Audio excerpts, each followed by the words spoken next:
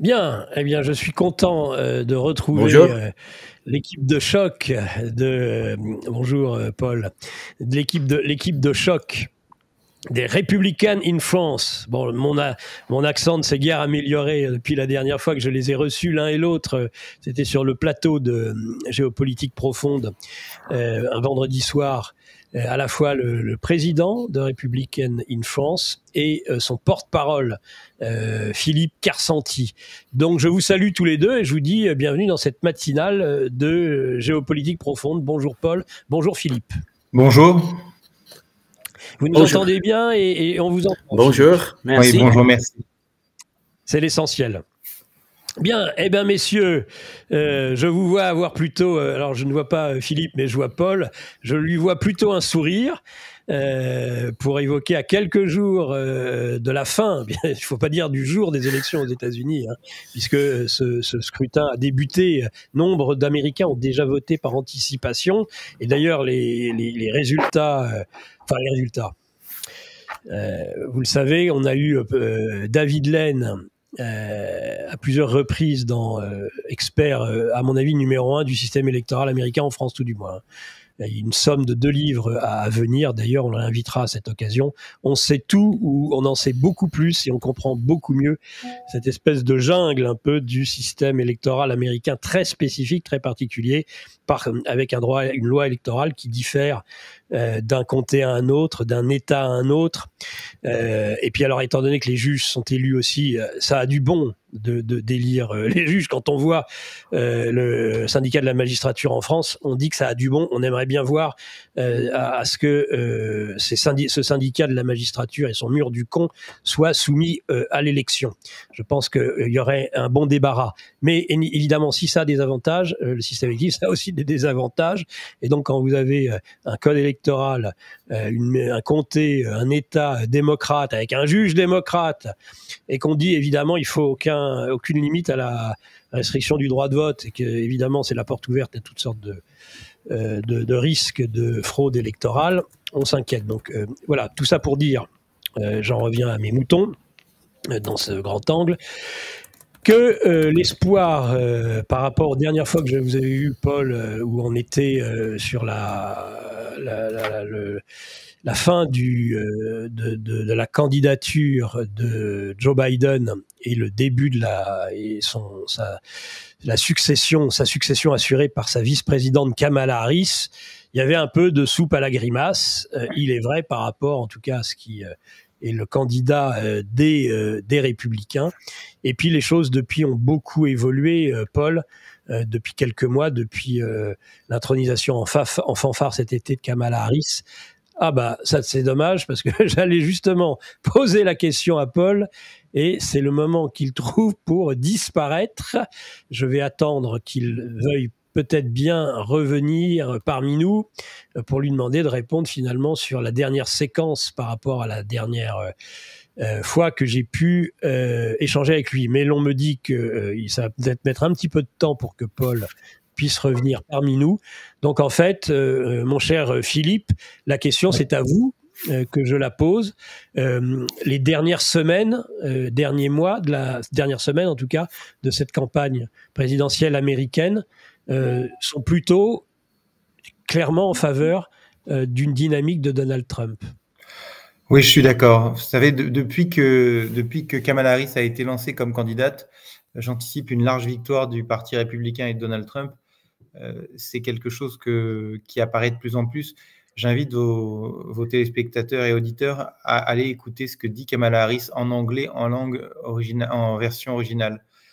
C'est quelque chose d'assez incroyable de se dire qu'une femme à ce niveau-là a pu arriver à la candidature à la présidence des États-Unis. Il faut comprendre que son arrivée est le fait d'un vrai coup, une sorte de coup d'État au sein du Parti démocrate, puisque Joe Biden avait été sélectionné avec 14 millions de voix pour devenir le candidat. Or, on lui a demandé gentiment de se démettre, en tout cas de ne pas se représenter.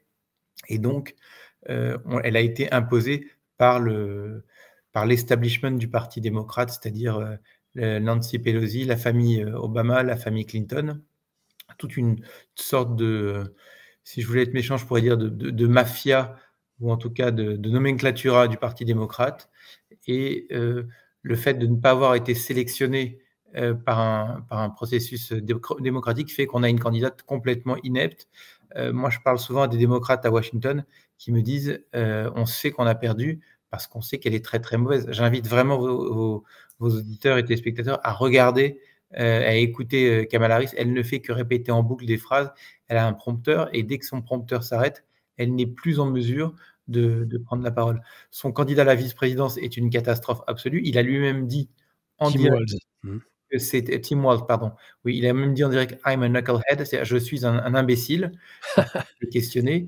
C'est quelqu'un qui est totalement mythomane, qui a raconté des choses fausses sur sa vie, qui a fait croire qu'il avait été envoyé à faire la guerre en Irak et en Afghanistan. Or, dès qu'il était déployé en Italie et dès qu'il a été convoqué pour aller faire la guerre en Irak, il a pris sa retraite de la garde nationale.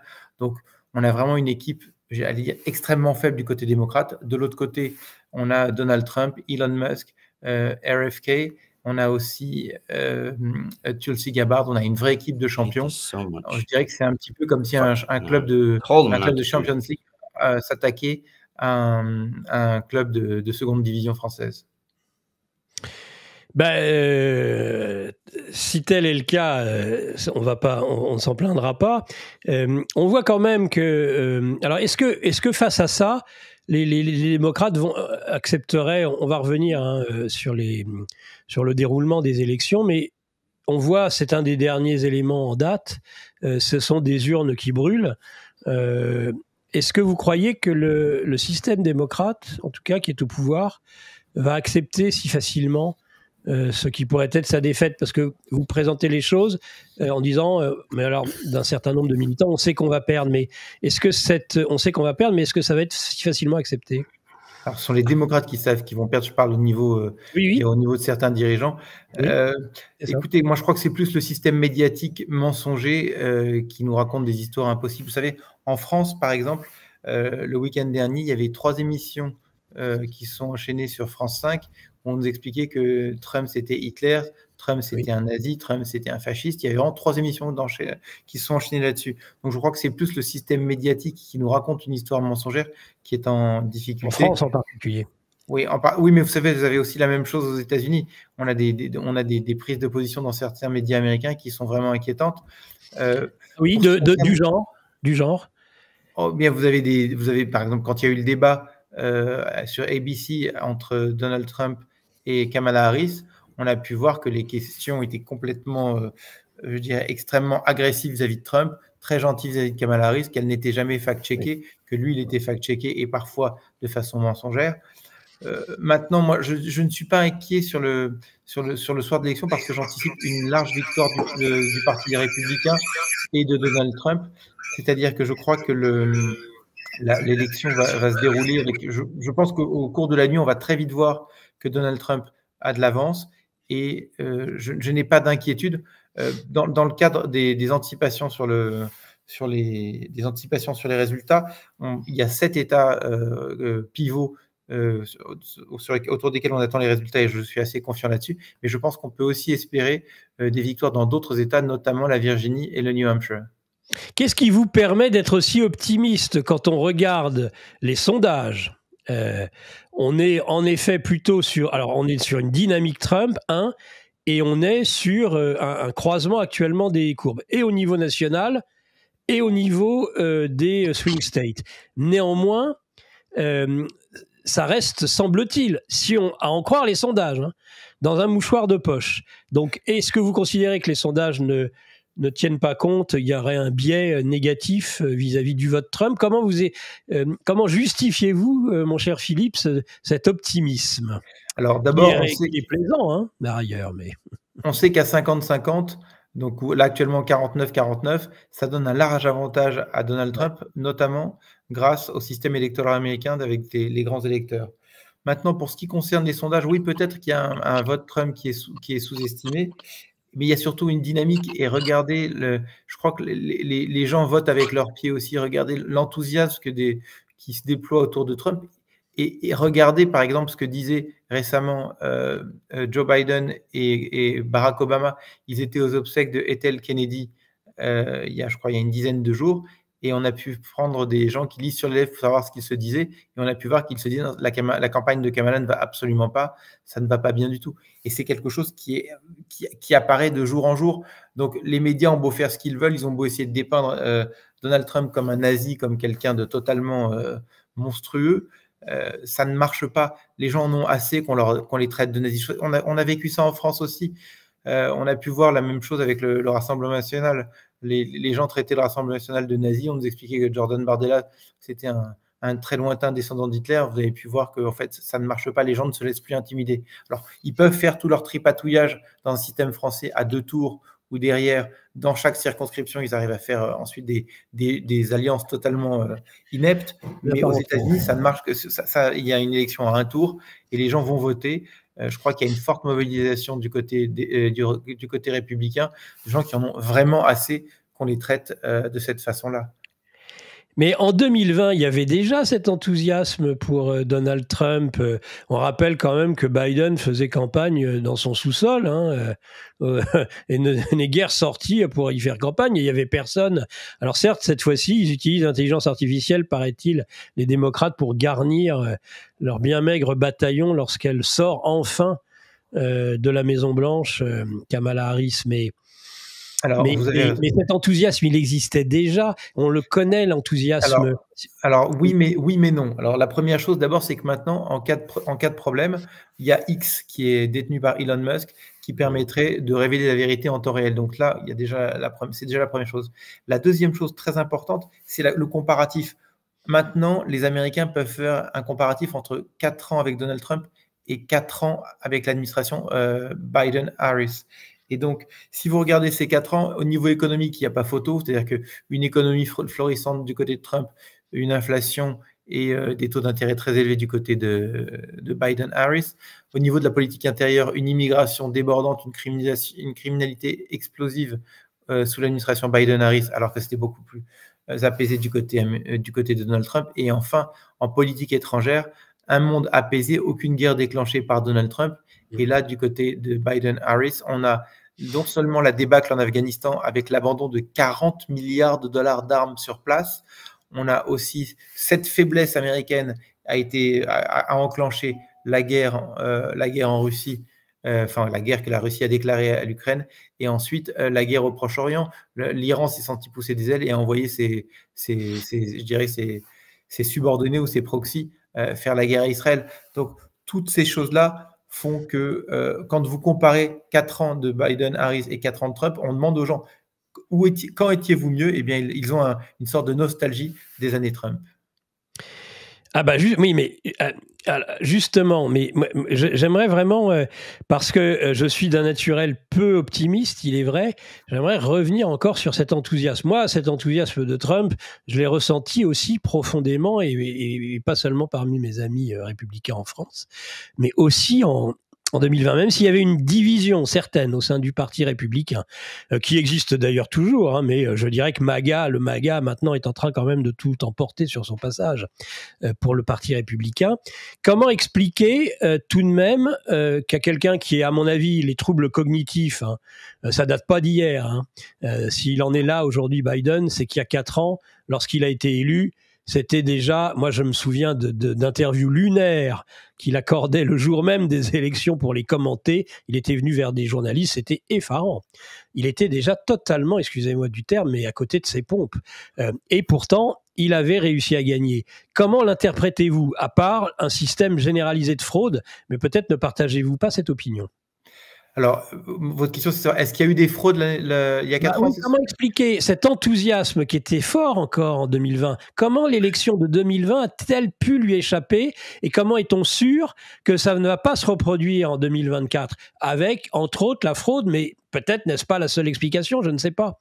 Alors, encore une fois, la dernière fois, on avait un candidat, entre guillemets, neuf, même si ça faisait 50 ans qu'il était au Sénat, Joe Biden, avec Kamala Harris. Et on avait un matraquage des médias tellement fort en vous disant, vous sortez de l'enfer, on va vous emmener vers le paradis.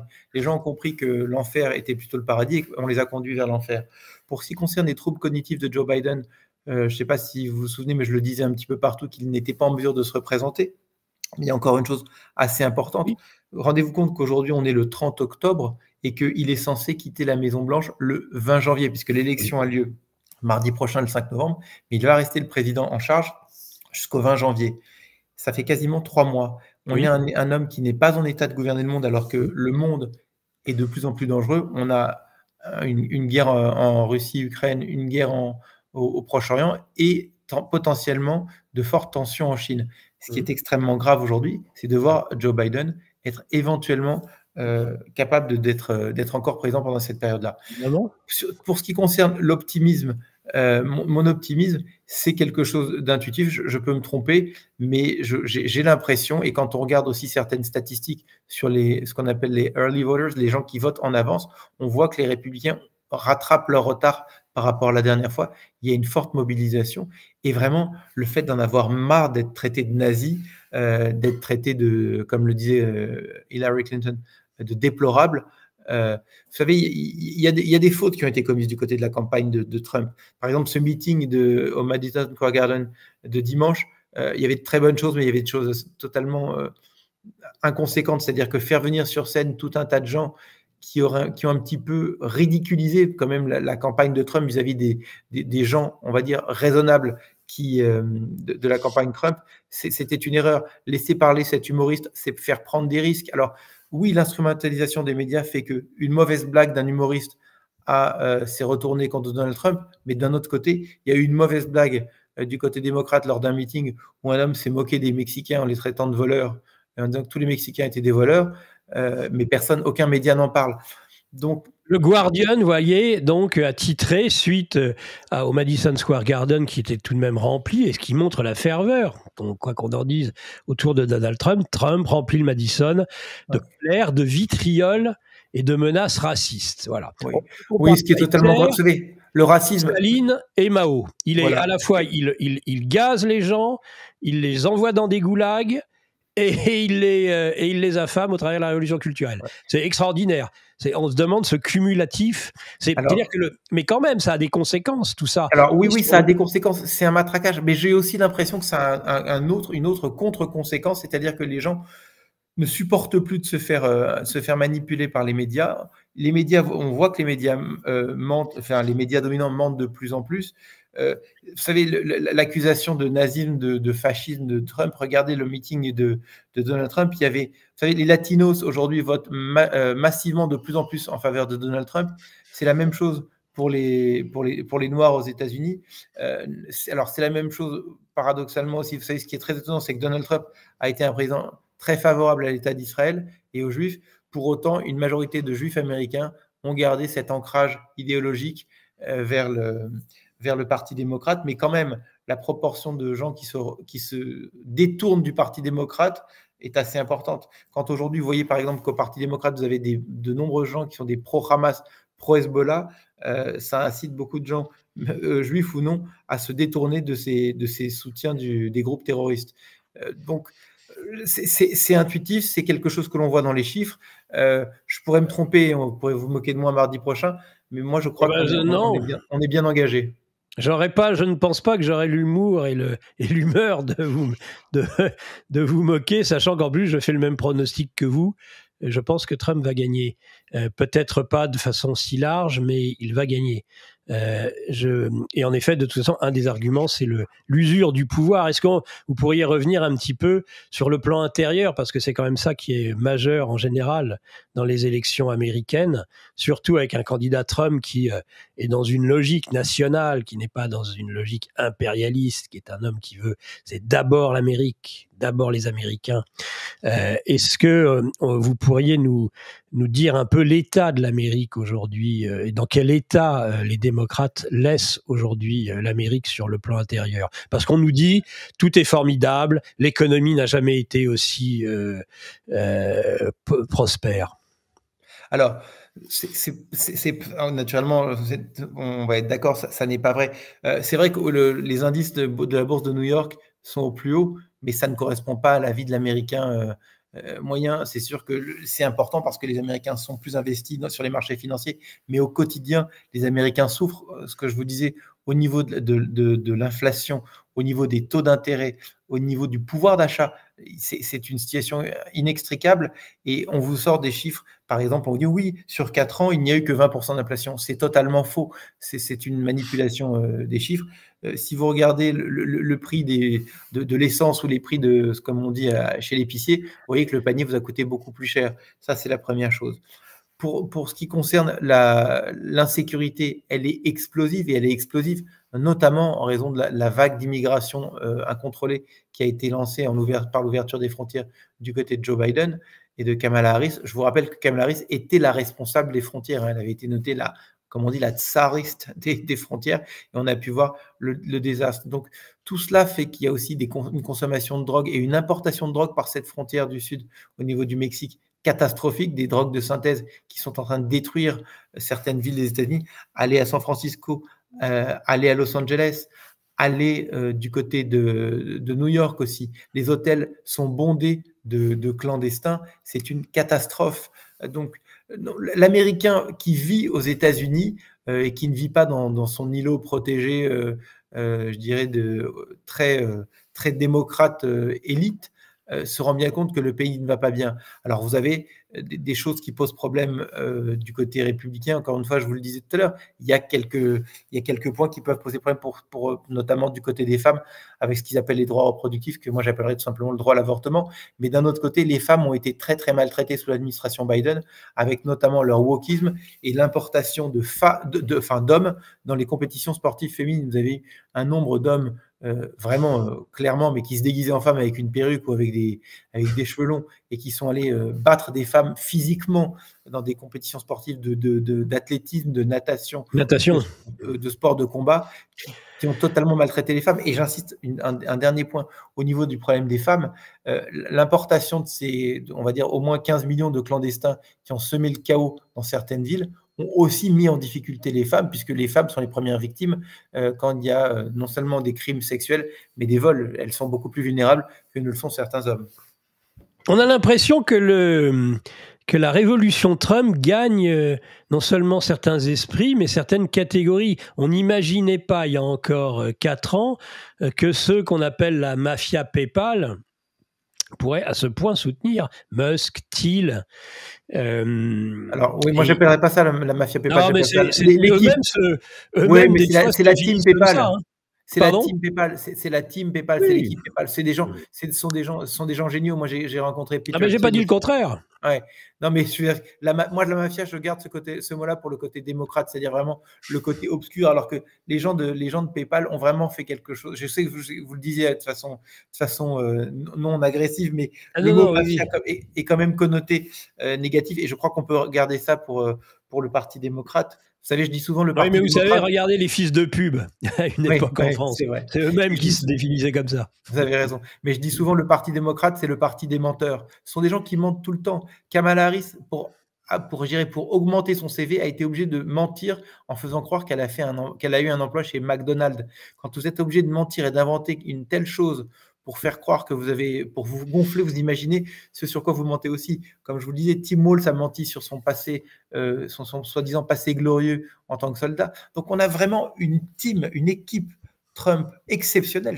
Et vous vous rendez compte, vous savez, on a une chance incroyable de vivre dans cette génération où on a quelqu'un comme Elon Musk qui est en train de révolutionner tout un tas de pans de l'économie et de l'industrie américaine. Ce n'est pas le capitalisme financier, c'est-à-dire les gens qui se sont enrichis sur le travail d'autres. C'est quelqu'un qui a créé, qui a inventé, qui a enrichi. Et encore une fois, vous savez, je vais vous dire quelque chose que vous n'entendrez jamais sur les médias, c'est ce qu'on appelle un African American. Alors, quand vous pensez African American, vous pensez noir. Non, lui, il est né en Afrique du Sud, sa famille vient d'Afrique du Sud et il a émigré en passant par le Canada.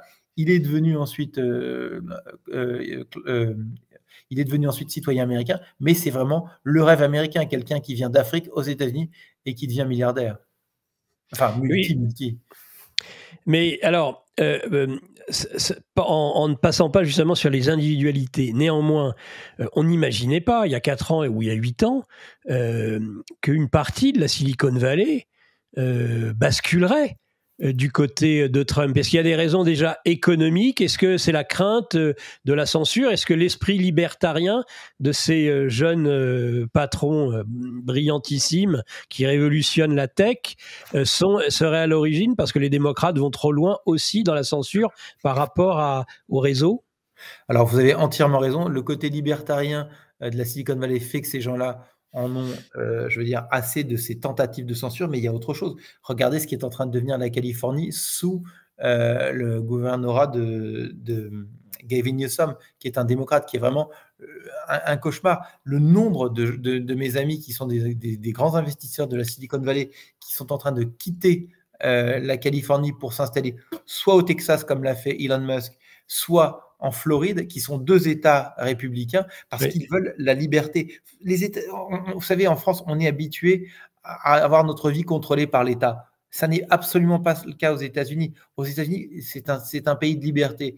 Et ce qui m'amusait quand je voyais les 2 meetings de Kamala Harris et de Donald Trump, d'un côté, on avait elle qui mettait liberté, liberté avec la chanson de Beyoncé, mais en fait, ce ne sont que des libertés égoïstes. Alors que quand vous écoutez les chansons de Lee Greenwood, qui était l'inauguration des meetings de Donald Trump, c'est la liberté en tant que, je dirais que liberté du pays, liberté d'entreprendre, liberté je dirais de faire prospérer le pays. C'est vraiment 2 cultures totalement différentes. Vous avez du côté de la Silicon Valley aussi, une volonté d'aller de l'avant, alors que ce qu'on voit, je parle en termes économiques, hein, leur système de forward qui est totalement absurde du côté démocrate, c'est pas du tout une marche en avant, c'est vraiment une régression de nos libertés, tant au niveau du premier amendement qui est la liberté d'expression, du deuxième amendement du porter des armes, mais aussi tout le reste du système de la société américaine, la fiscalité excessive que veulent appliquer les démocrates, alors que du côté républicain, c'est moins l'État intervient, mieux on se porte. Et c'est ce qu'a fait Ronald Reagan entre 1980 et 1988, et ça a été un succès phénoménal. On va continuer justement ces échanges sur cet aspect, justement, cette séparation, cette fracture entre les 2 Amériques. Jusqu'où peut-elle aller quand vous me dites, en effet, quand on voit la différence de législation qu'il peut y avoir entre le Texas, la Floride d'un côté, ou de l'autre, la Californie. Est-ce que, et par dérive des continents, est-ce que cette Amérique va rester unie, ou est-ce qu'on est... je sais qu'au niveau des... Paul me semblait ne pas... j'espère qu'il va revenir d'ailleurs parmi nous durant cette émission, s'inquiéter trop de cela. Mais moi, je me dis qu'il y a 2 Amériques qui deviennent totalement irréconciliables et que ça, en général, ça ne se termine jamais très bien. Alors, vous savez, Donald Trump a unifié le Parti démocrate. Pardon, le Parti républicain. Parti républicain. Parce que je pensais à la désunion du Parti démocrate, parce que je me disais que c'est quelque chose d'incroyable. Quand on voit en fait que Joe Biden en a assez de la campagne de Kamala Harris, non, je pense qu'aujourd'hui, Donald Trump a réunifié le Parti républicain, même si vous avez une frange qui est passée de l'autre côté, et notamment les pires. Vous avez, je pense, à Bush et Dick Cheney, qui sont quand même les artisans de la guerre en Irak, qui a mis le bazar dans le monde entier. Ce sont eux qui sont allés vers Kamala Harris. C'est quand même, je dirais, normalement, quelqu'un de normalement constitué devrait dire, non, ça n'est pas le bon côté. La question, c'est de se poser, c'est est-ce qu'on est face aux États-Unis ou aux États désunis des États-Unis? Non, moi, je crois qu'actuellement, on est en État désuni, et je pense qu'on va se réunifier parce que, et en plus, quand on verra le score que j'attends massif du Parti républicain, tant au Congrès qu'au Sénat, je pense que les gens vont comprendre et qu'il y a quelque chose une dynamique. Et ce qui m'intéresse, et un petit peu de façon ironique, ça va être de voir la réaction des médias français qui vont nous dire, bon alors voilà, donc vous avez tué Hitler aux États-Unis, qu'est-ce qu'on fait? On boycotte les États-Unis? On tue tous les Américains qui se promènent dans les rues de Paris? Enfin, ça va être grotesque. Et il faut tout de suite actionner la Cour internationale de justice contre le président américain. Ouais, moi je pense qu'il faudrait plutôt demander à ce qu'il ait le prix Nobel de la paix, parce que encore une fois, quand on entend parler, Donald Trump et les solutions qu'il propose pour obtenir la paix dans différentes régions du monde, je crois plus justifié qu'Obama. Oui, beaucoup plus justifié qu'Obama. Et en plus, il a fait ses preuves. Il a fait les accords d'Abraham. Il a obtenu que Poutine n'agresse aucun pays sous sa présidence. C'est Bon, il n'avait quelque pas chose de... trop envie, à mon avis, mais bon. Pardon? Il n'avait pas spécialement envie d'agresser qui que ce soit, selon moi. Mais bon. C'est votre analyse, mais en tout état de cause, moi, je ne cherche pas à savoir, je ne suis pas dans la tête de Poutine. La seule chose que je vois, c'est est-ce qu'il y a eu une invasion au moment de la présidence de Trump? Absolument pas. Or, la prise de la Crimée, ça a été fait sous la présidence d'Obama. Et à ce moment-là, on n'a jamais dit que Obama était l'agent de Poutine. Vous savez, j'ai publié hier sur Valeurs Actuelles un article qui démontre le mensonge absolu du documentaire que France 5 a diffusé, qui était sur l'alliance tacite, enfin même plus que tacite, entre Poutine et Trump. C'est un mensonge, c'est encore un mensonge de nos médias. Alors, qu'est-ce que vous dites à ceux qui accusent, en effet, enfin accusent, oui, c'est accuse, et d'ailleurs on se demande bien pourquoi ne faudrait-il pas parler avec les gens? Est-ce que c'est comme ça qu'on fait la paix en ne parlant avec personne? Alors, pourquoi a-t-on inventé le téléphone rouge, même avec les soviétiques? Qu'est-ce que vous pensez du fait que Musk, par exemple, et on lui reproche actuellement de parler avec Poutine? Alors, moi, je pense que c'est totalement absurde. Se parler, c'est l'essence de la diplomatie pour éviter la guerre. Regardez, par exemple, quand Nixon parlait avec Mao, je pense que Mao a beaucoup plus de morts sur la conscience que tous les dirigeants actuels réunis vivants. Bien sûr. Et quand je pense aussi à nos amis maoïstes qui aujourd'hui contrôlent certains médias, ça m'amuse beaucoup. Mais non, il faut parler.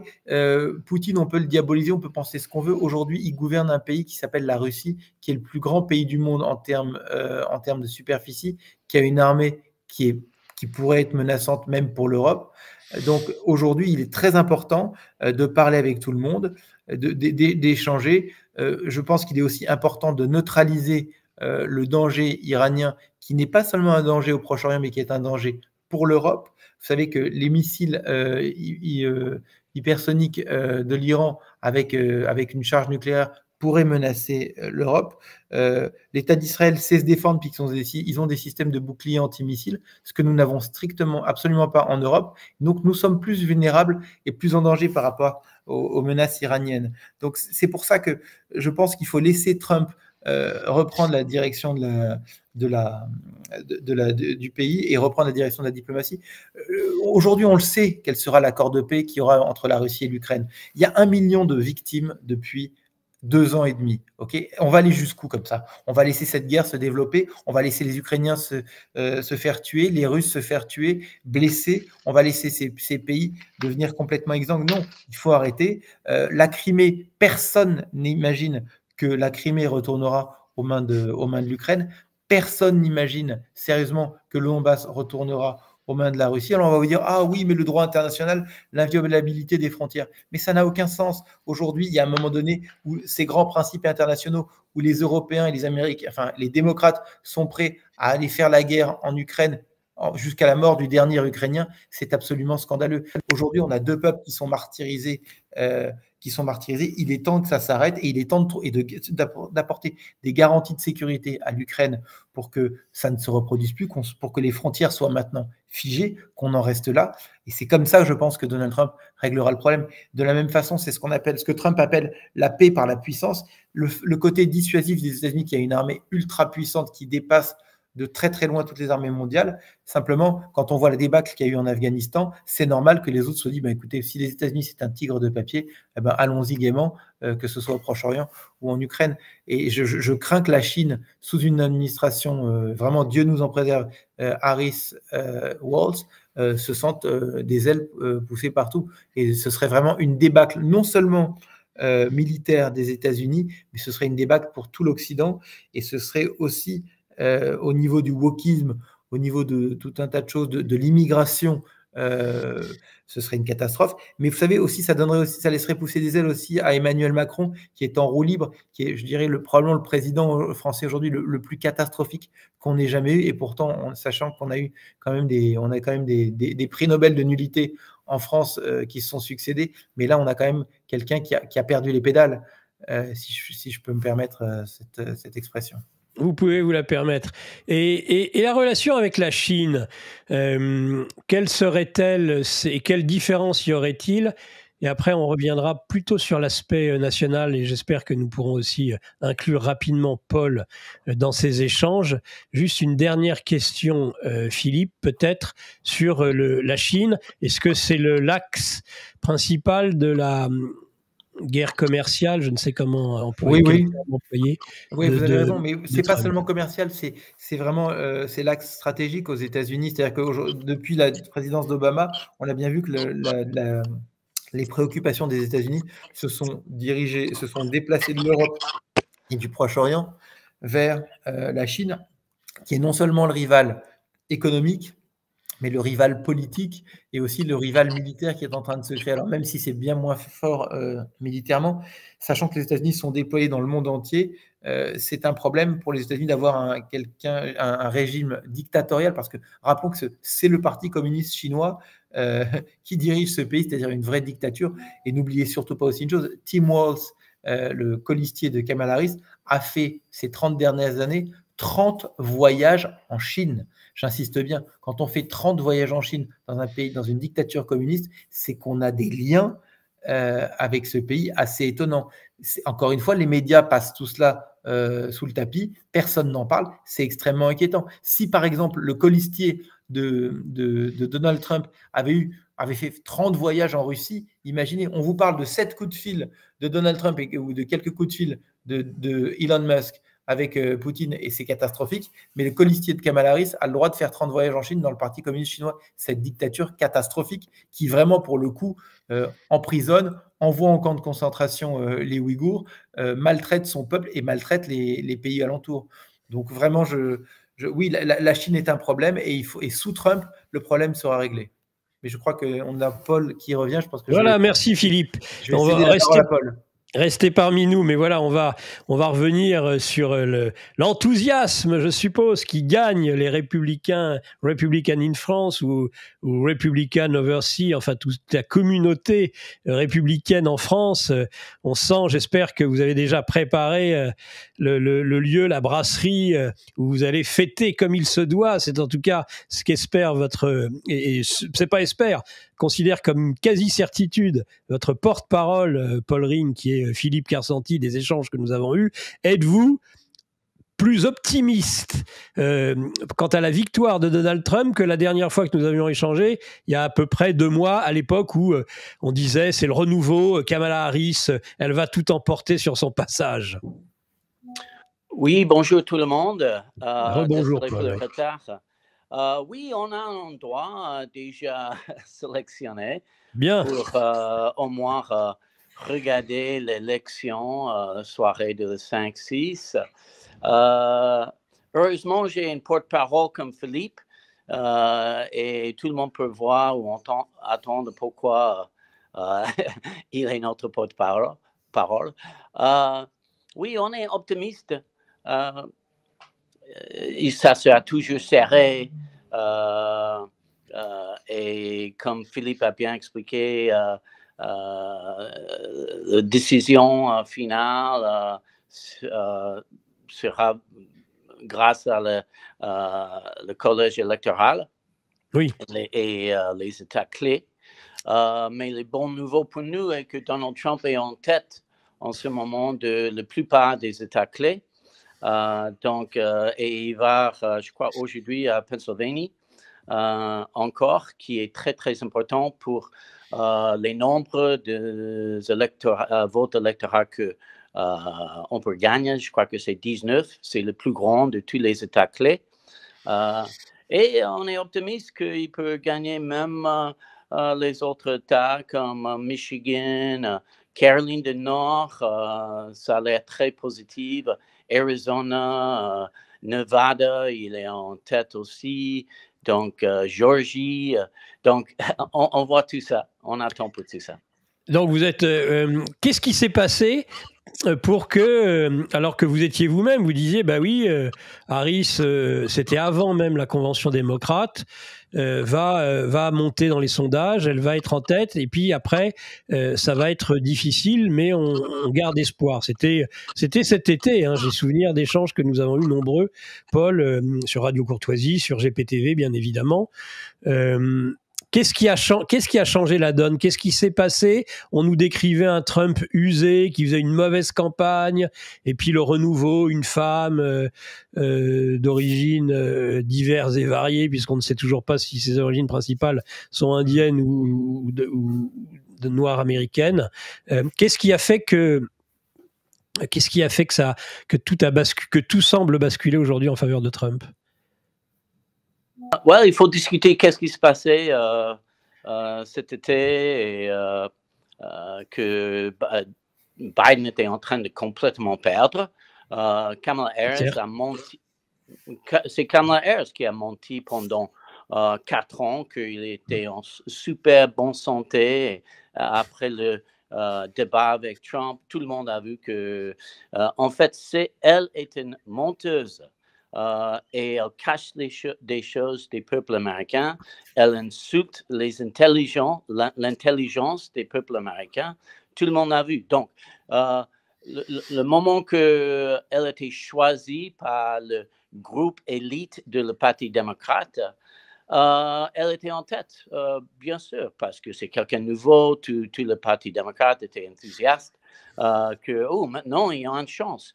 Donc, évidemment, elle a pris l'avance dans la course, mais elle est Kamala Harris, que Philippe et moi, on suit depuis 4 ans ou plus, que le plus qu'elle parle, le plus qu'elle semble absurde et ridicule. Elle ne peut jamais répondre aux questions des médias, et même les médias, c'est très frustré. Le sujet peut-être qui n'est pas connu en France, et même les médias gauche, qu'on dit, le mainstream médias d'établissement, sont très frustrés maintenant. Normalement, donc pour cette raison-là, Trump, c'est beaucoup plus serré maintenant, et on adore comme soit Kamala ou soit Biden parle. Parce qu'après qu'il parle, Trump a pris l'avance. Et c'est normal, on n'est pas surpris. Hein. Donc ça, c'est la raison. Tout le monde commence à... Normalement, les journaux, pour nous, les journaux très, très populaires, mais pour nous, toujours plutôt gauche, comme le Washington Post, par exemple, et Jeff Bezos, normalement, ils soutiennent un candidat. Et tout le temps, ils soutiennent un candidat de démocrate. Et il refuse maintenant. Évidemment, il ne va jamais supporter publiquement Donald Trump, mais il refuse de soutenir Kamala Harris. Et ils sont tellement fâchés, tellement frustrés. Donc, c'est la panique, en fait, que les Françaises ne réalisent pas. C'est la panique dans le Parti démocrate, c'est la panique dans le média américain de gauche, et ils font les choses maintenant parce qu'ils sont désespérés, et Joe Biden refuse de rester caché comme Kamala préfère. Et juste hier, à la télévision, pendant un entretien, il a appelé tous les gens qui soutiennent Donald Trump les odeurs, garbage. Et c'est tellement une insulte. C'est tellement, et elle répète que Trump est un fasciste, Hitler. Ça, c'est son dernier argumentaire, que Trump, c'est un fasciste, Hitler, et je crois que la grande majorité des Américains sont complètement fatigués avec ça. Il n'y a aucune évidence qu'il va mettre... Ah oui, et l'histoire aussi hier de Kamala Harris, et que Trump va, s'il est élu, il va mettre tous ses opposants en prison. Et les autres médias répètent la même chose. Ils ont peut-être quelque chose à se reprocher aussi. Ah oui. Ça a toujours serré, toujours tendu. Non, ils accusent Trump de vouloir les jeter en prison. Mais après tout, certains d'entre eux ont peut-être un certain nombre de choses à se reprocher. Le ministre de la Justice va changer, ça sera plus le même d'ici quelques temps, peut-être. Ah oui, on espère. Ah oui, quand il est élu, il va changer beaucoup de choses dans le gouvernement. Il a déjà annoncé qu'il va, il va embaucher Elon Musk, et pas pour une position de régulation comme les monteurs de Waltz répètent tous les gens. Non, non, non. Il sera dans il va créer un comité pour garantir que pour l'efficacité, en fait, des dépenses, surtout.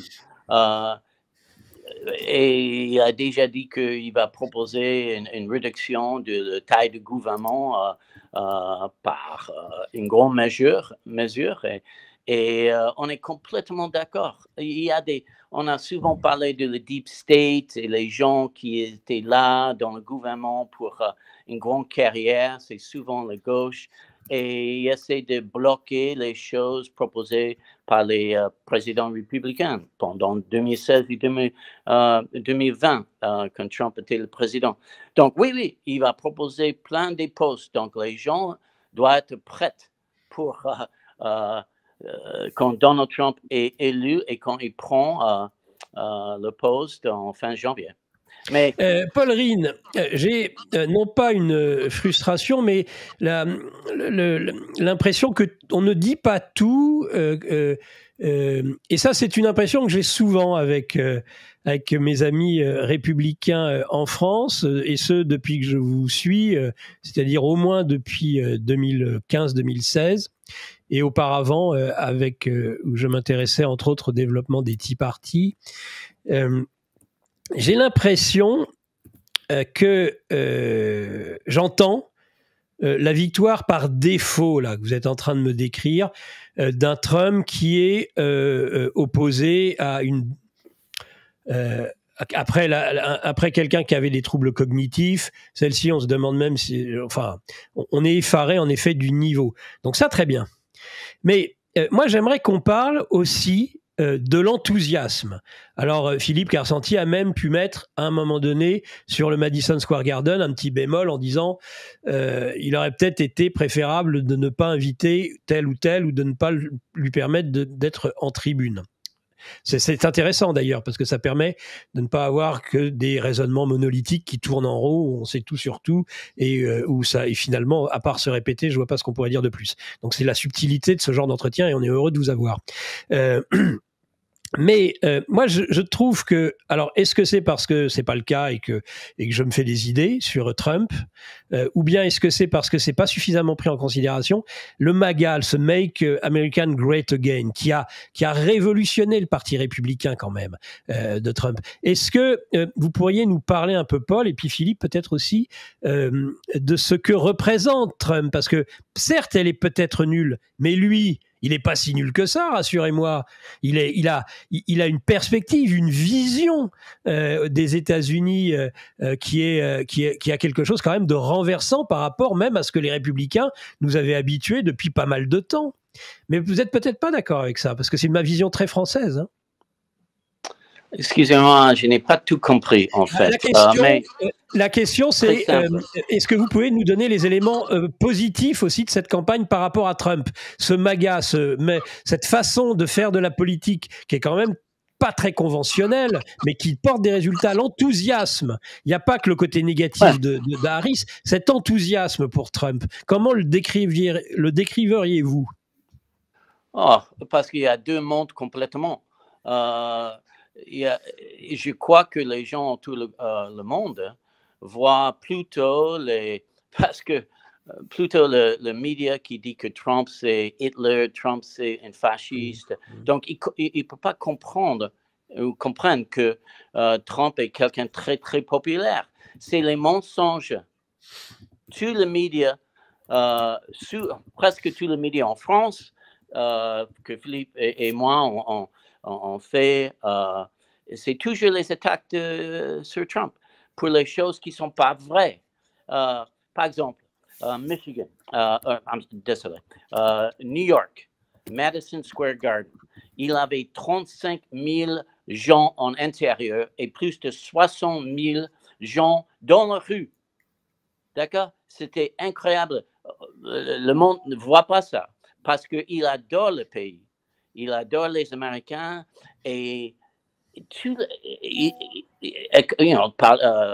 Philippe a parlé de l'économie, évidemment, immigration illégale, c'est normalement cette élection, le problème de immigration illégale est presque numéro un en termes des problèmes, après l'économie et l'inflation, parce qu'il a laissé les portes complètement ouvertes, et c'est la faute de Kamala Harris et Joe Biden. Et la majorité des Américains dit que c'est un grand problème. Je crois que c'est 80% des gens, ils voient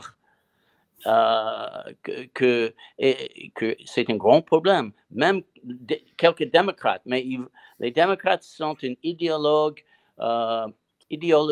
de plus et plus extrême gauche, donc ils votent pour, comme Philippe a expliqué, ils votent pour deux issues. Et j'ai fait deux principes, deux problèmes. Avortement, le droit d'avortement, et les wokismes dans les éducations, mais ils jamais utilisent le mot wokisme. Et ils insultent les parents des enfants en collège, même en primaire, c'est pas correct qu'ils parlent toujours de genre, des transgenres, le sexe, à leurs propres enfants. Donc, mais pour eux, pour les démocrates, ils proposent que ça, c'est une éducation mieux, plus de tolérance. Mais en fait, il n'y a aucune tolérance pour les parents. Et le danger pour les filles dans le sport et tout ça. Donc, pour les démocrates, ça c'est les deux choses les plus importantes, mais pas pour la majorité des Américains. Donc, Trump parle de fermer la porte pour qu'il peut réduire la crime qui est partout, à New York, à Chicago, toutes les villes gérées par les démocrates. C'est une catastrophe. Il y a des viols, des meurtres. Une fille, je ne sais pas si Philippe a parlé, mais il y avait une fille de 12 ans violée par deux Vénézuéliens dans le gang vénézuélien, qui est même plus dangereux que MI6, je crois que c'est le gang en Mexique.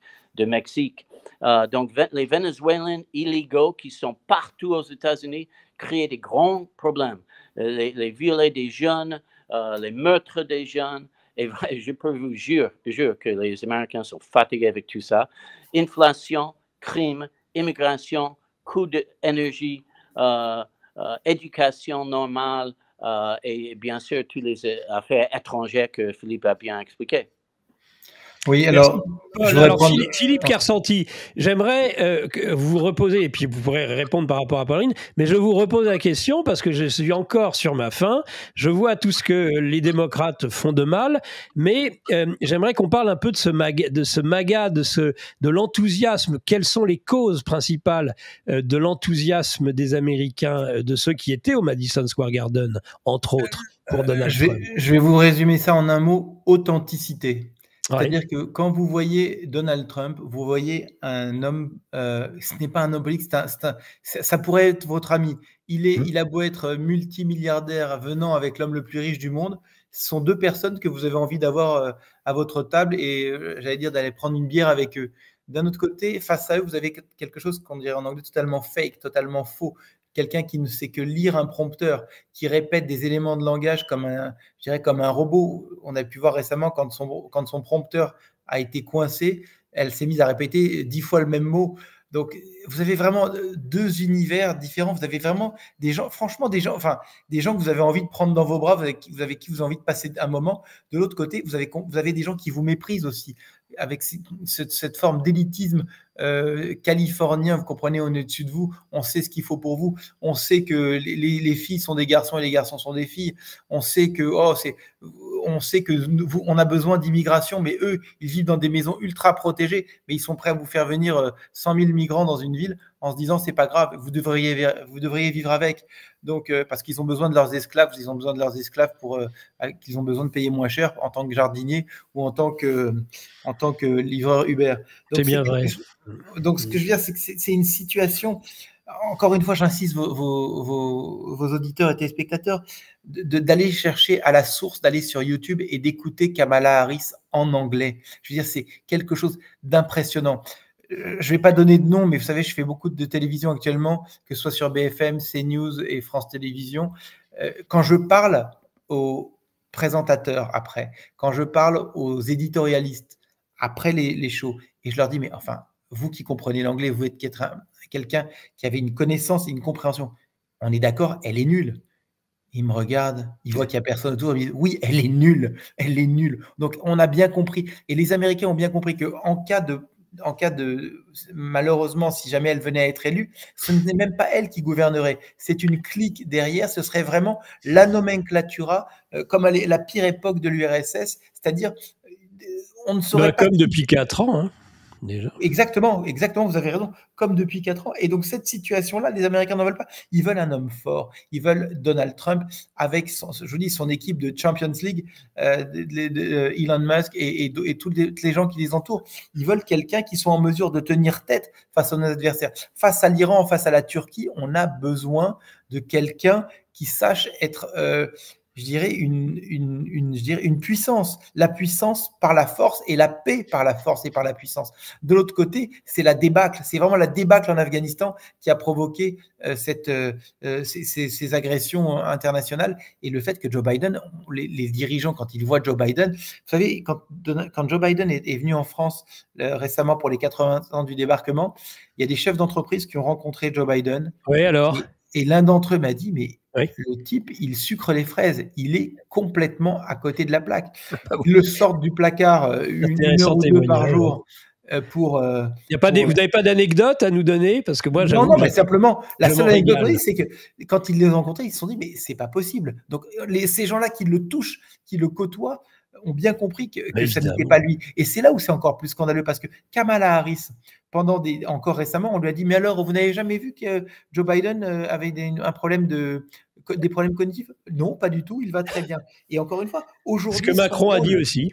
Voilà, naturellement, bon, Macron aussi a dit la même chose. Oui, mais bon, Macron, je veux dire... Il est aux affaires. Mais qui écoute Emmanuel Macron à part Yacine Bellatar, quoi? Je veux dire, c'est... Non, Macron, plus personne, quoi. Vous savez, je veux dire, c'est une blague. Je veux dire, on va pas... Ne me branchez pas sur Macron, je pourrais aller très, très loin, et peut-être trop loin.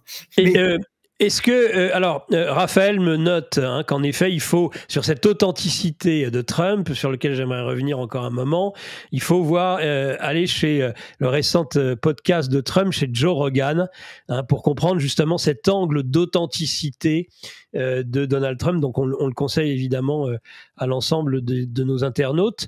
Il y a eu, moi, ce qui m'a marqué, n'ayant qu'un anglais très approximatif, mais là, le visuel était intéressant, c'est le McDonald's, l'épisode du McDonald's, où je crois Harris a prétendu faussement, cette menteuse, qu'elle avait travaillé dans un McDonald's, et lui a voulu montrer Trump.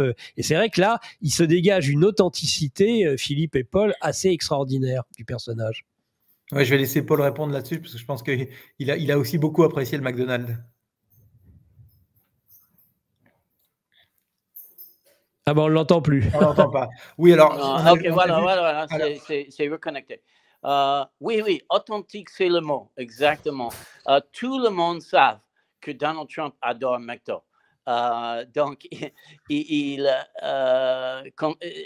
c'est un mime, en fait, un troll de Kamala Harris, parce que Kamala Harris n'a jamais écrit sur son CV qu'elle travaille chez McDo, mais le moment qu'elle était choisie encore, pas élue pour candidat, choisie, qu'elle parlait pendant les premières 2 semaines de McDonald's et tous les démocrates ont applaudi. Donc, elle continuait à parler de « Oui, j'ai travaillé chez McDo ». Mais les gens cherchent les évidences. Il n'y avait aucune évidence. Je ne dis pas qu'elle est menteuse là, je ne sais pas. Mais pour Donald Trump, de faire ce qu'il a fait, c'était génial en fait. Il est authentique, il a voulu être là. Tout le monde sait qu'il adore McDo. Il y avait énormément de fans autour de McDo. Et c'était drôle, c'était vraiment drôle. Par rapport à le podcast, Trump préfère les longs podcasts. Je crois que le podcast de Rogan, c'était 3 heures. Kamala Harris n'est pas capable de faire ça. Ça, c'est pourquoi on n'a pas fait Joe Rogan. Il a fait plusieurs podcasts avec Elon Musk, que tout le monde a vu pendant 3 ou 4 heures. Et les gens qui ne sont pas complètement avec Trump derangement syndrome, qu'il ne peut pas même voir sa visage, la haine de le Parti démocrate, c'est incroyable, c'est sans limite, c'est sans cesse.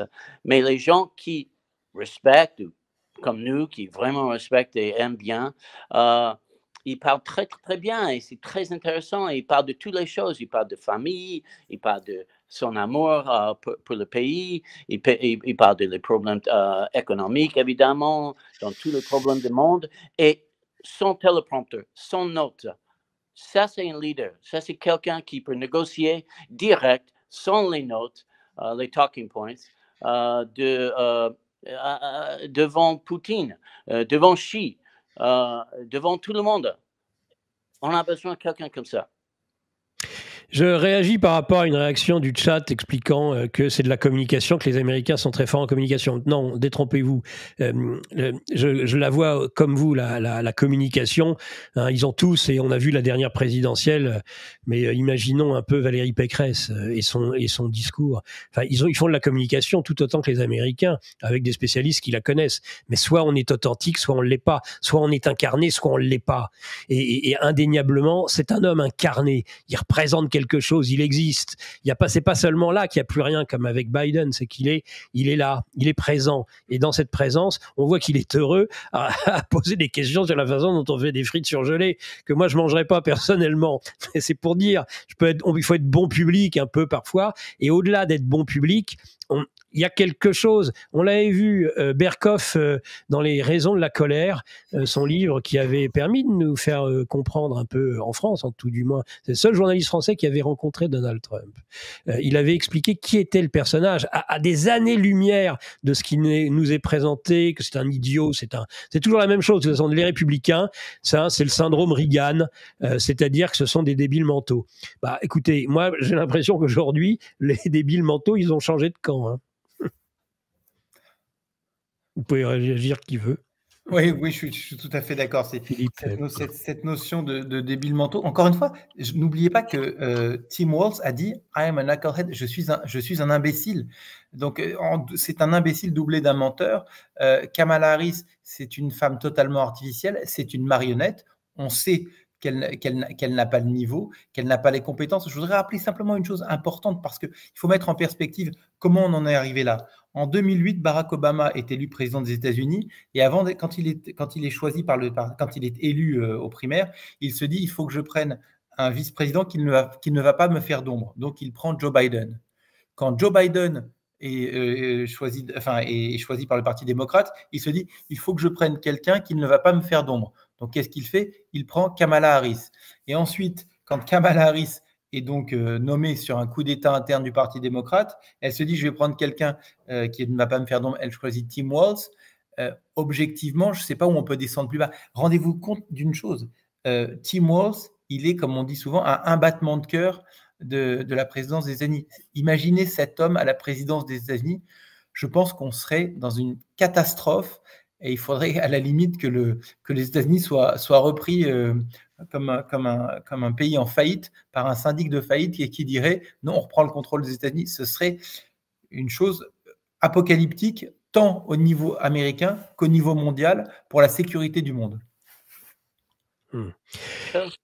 Paul. Si je peux rapidement ajouter que je ne sais pas si Philippe a déjà dit, mais aussi les choses le fait, une chose que les gens en France ne voient pas pour l'instant, est le mouvement de le Parti démocrate à soutenir Donald Trump.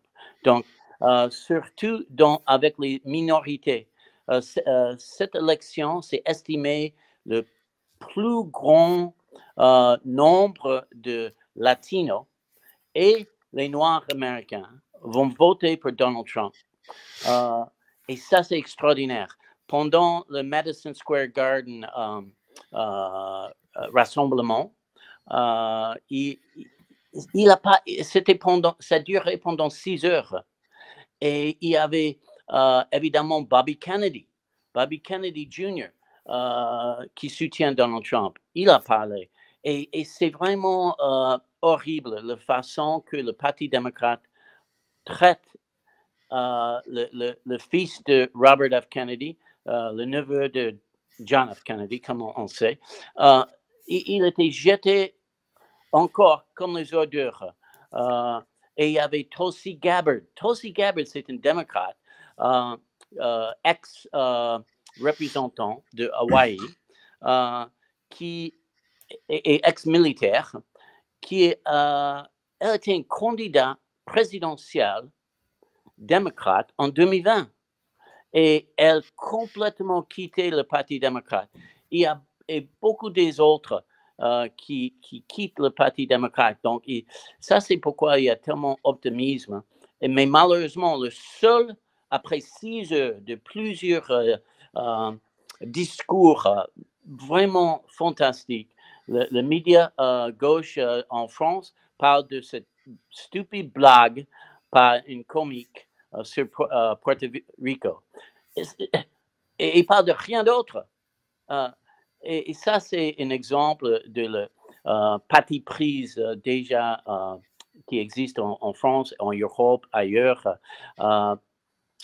Et bon, c'est dommage que les gens voient la réalité qui se passe aux États-Unis. Mais comme j'ai dit, on n'est pas trop sûr. Ça sera très serré. Il y a toujours les États démocrates qui vont voter État, tout le gauche, le côte ouest et le côte nord-est. Donc, ça sera très serré quand même.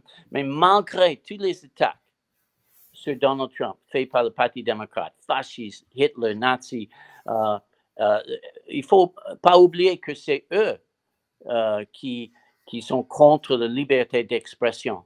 Et comme un républicain, je sais très bien, mes mots étaient coupés plusieurs fois, mais tous nos médias sociaux étaient bloqués par Joe Biden et Harris. On a vu récemment Mark Zuckerberg dit qu'il regrette qu'il a travaillé avec Harris et Biden en le début de leur mandat pour bloquer les vues opposantes. Il a complètement bloqué et il a admis, il a dit qu'il regrette beaucoup. Donc, ça, c'est pas la démocratie, ça. C'est plus le parti de démocratie. Et on verra la soirée de 5-6 et on va croiser les doigts que les Américains vont rejeter, ou la majorité des Américains vont rejeter cet anti-démocrate parti qui souvent dit que le nom, c'est le Parti démocratique. Ce n'est pas le Parti démocratique, c'est le Parti démocrate. Et c'est rien à voir, aujourd'hui, c'est rien à voir avec la démocratie. Il ne faut pas oublier qu'ils ont comment on dit, militarisé le département de justice. Il y a toujours presque 1000 gens en prison. D'accord? C'est la première fois qu'il y avait des prisonniers politiques aux États-Unis. Par rapport au Capitole, c'est ça? Oui, depuis 4 ans maintenant. Après l'occupation du Capitole, oui. Ça a commencé à 1000. Enfin, la visite guidée du Capitole. Oui, bien sûr, on a condamné 1000 fois une centaine de gens qui étaient stupides et il a fait la bataille avec les polices. Mais d'arrêter les gens innocents qui étaient guidés par les gardiens, les polices, qui sont ouverts la porte. Le grand majorité était là en paix et maintenant ils sont en prison depuis 4 ans. Merci Paul. Philippe, vous pouvez revenir sur ce sujet et après j'aimerais qu'on avance sur l'aspect risque de fraude électorale aussi, qui moi est le seul élément, d'ailleurs il n'y en a pas d'autres, qui me rendrait peut-être éventuellement pas si optimiste que ça. Mais peut-être déjà réagir Philippe sur ce point. Est-ce que vous pouvez reformuler votre question, Nicolas, parce que... Si vous voulez revenir sur ce que vient de dire Paul. Vous pouvez, et sinon on va aller vers les risques de fraude. On parlait du fait que ce serait serré quand même, en tout cas d'après Paul, et puis le problème de l'éventualité de faire voter des sans-papiers, des migrants. Est-ce que ça c'est crédible ou pas selon vous? Écoute, tout est toujours crédible. Vous savez, quand on a un parti de menteurs, on peut aussi avoir un parti de tricheurs. Ça, on l'a déjà vu oui. pour le Parti démocrate. Maintenant, encore une fois, ce qui me rend optimiste cette année, et bon, je suis toujours de nature très optimiste surtout, mais quand même, ce qui me rend optimiste, c'est de savoir qu'on a au moins un réseau social, et le réseau social de la liberté d'expression qui est X, détenu par Elon Musk, et donc qui fait qu'on n'a absolument pas je veux dire, cette censure qu'on a vécue il y a 4 ans et qui.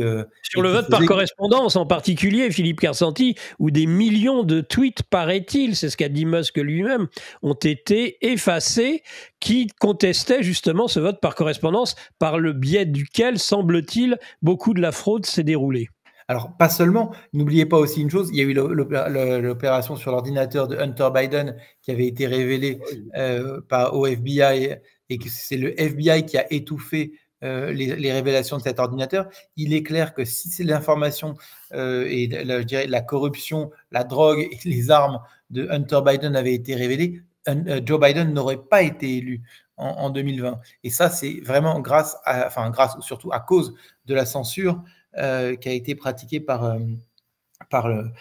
les réseaux sociaux avec la complicité, par le FBI avec la complicité des deux grands réseaux sociaux qui étaient à l'époque Facebook et X. Donc maintenant les forces s'équilibrent. Même Mark Zuckerberg de Facebook a refusé de soutenir Kamala Harris.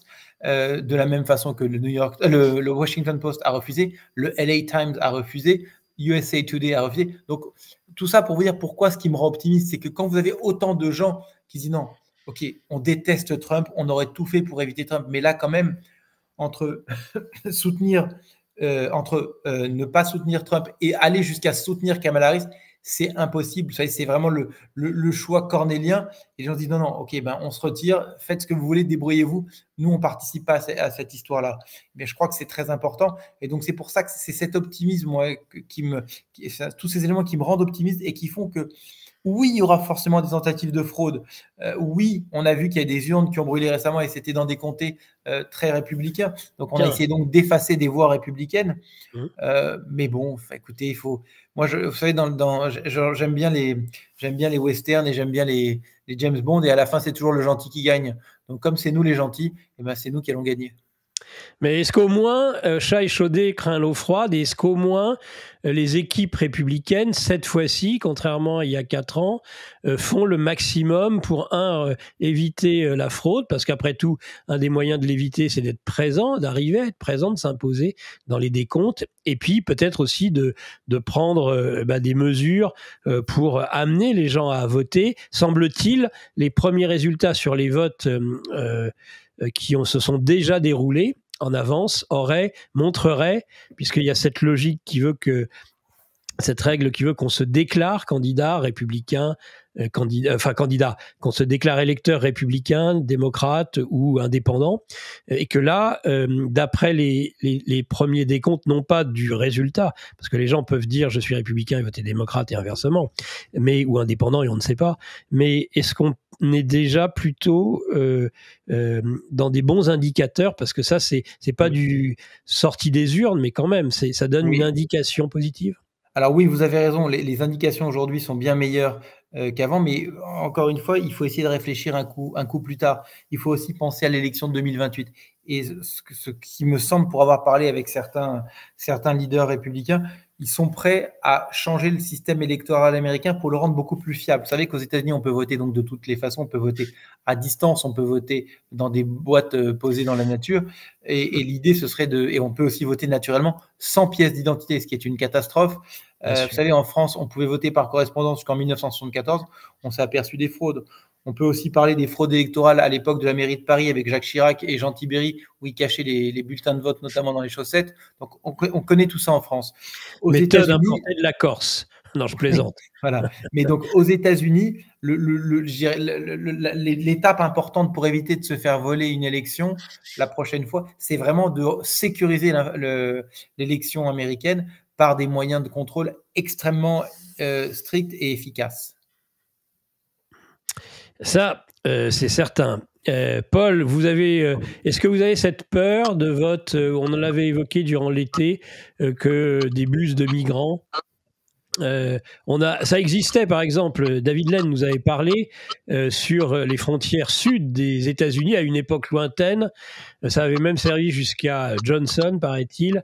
C'est-à-dire que vous aviez un certain nombre de Chicanos, de Mexicains qu'on emmenait voter aux États-Unis et qui repartaient ensuite. Et ça, c'est une des grandes, pour des raisons liées entre autres à l'histoire des États-Unis, les démocrates, on rappelle 80% des fraudes électorales constatées aux États-Unis même incriminent les démocrates. Hein. Donc déjà, et il y a une tradition de voler les élections. On donnait l'exemple de Lyndon Johnson, mais il y en a d'autres. Est-ce que vous craignez ça, justement, Paul? Moi, je crains moins et moins tous les jours, en fait. Évidemment, il y a toujours cette possibilité parce que, comme Philippe a bien dit, que les démocrates ont réussi d'éliminer la vérification d'identité pendant le vote. Donc, évidemment, en France, on a ça pour l'intégrité de les élections. Pour les démocrates, ça semble qu'ils ne sont pas intéressés avec l'intégrité de vote, juste pour que c'est plus et plus facile. Et ça, c'est pas une démocratie. Mais il y a deux choses très positives qui sont différentes cette année que par rapport à 2020. Il y a le vote par correspondance et les votes anticipés. Le démocrate a voulu créer le chaos complet en 2020 et ils ont réussi. Normalement, le vote par correspondance, c'est entre 20 et 25-30% maximum. D'accord? C'est beaucoup. C'est quand même beaucoup parce que il y a un vote par correspondance aux États-Unis. Il y a avant 2020, il y avait des limites, mais il y a beaucoup de gens qui déménagent pour le travail, mais le domicile fixe est dans un autre État où ils votent. Et on a besoin de vote par correspondance pour les gens qui sont juste dans un différent État que le logement fixe. Et bien sûr, les gens au dehors des États-Unis comme nous, comme moi. Mais depuis le chaos créé par le Parti démocrate en 2020, ils ont dit que tout le monde vote par correspondance à cause du Covid. Même les démocrates, je me souviens les vidéos des vieilles dames qui n'ont pas compris parce que le poste de vote c'était en face et le supermarché était deux blocs plus loin et a dit que je n'ai pas un problème dans le supermarché, pourquoi je dois voter par correspondance? Et c'était une stratégie et le pourcentage de les 81 millions de votes reçus par Joe Biden, le vote par correspondance, c'était 60% en 2020. Mais c'était toujours 30% seulement pour les républicains. Donc, cette année, beaucoup des États, beaucoup des gouverneurs retourné à les limites de vote par correspondance. Ça, c'est la première chose. Sauf Californie et New York, évidemment, gérés par les démocrates.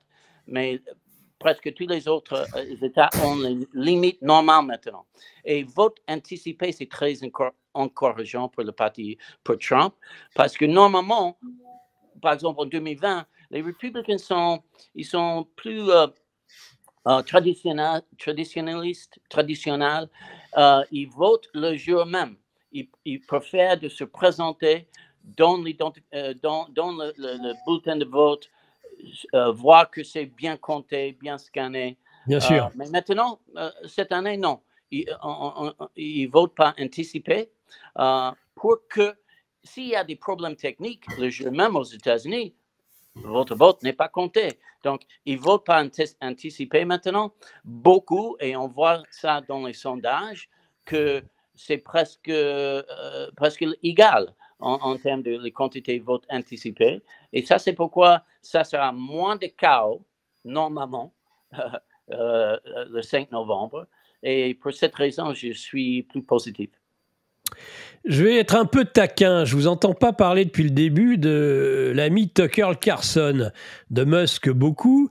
Tucker, c'est quand même aussi un des soutiens majeurs de Trump. Il était, je crois, aussi au Madison Square Garden.